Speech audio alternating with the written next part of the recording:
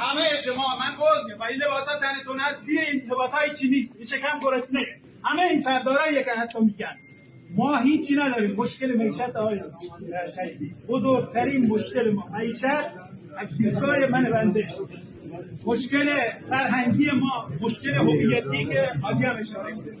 مشکل فرهنگی برای چی وجود میاد؟ چون من هویت ندارم. چریز میشم برای چی میشم؟ هویت ندارم. اجازه تحصیل به من نمیدم. فرزند من تحصیل نکنه چریز میشه. فرزند من وقتی هویت نداشته باشه دست فلان میگم همه جا. چرا؟ من شناسنامه دارم. من شناسنامه فرزند ندارم. وقتی من ندارم کجا تحصیل کنم؟